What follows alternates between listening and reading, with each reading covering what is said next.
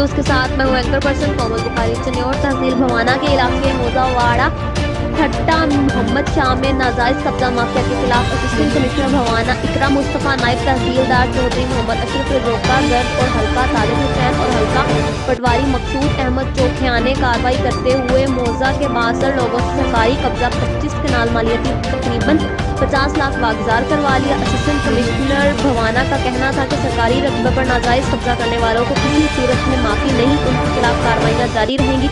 Report कर रहे हैं इलाके।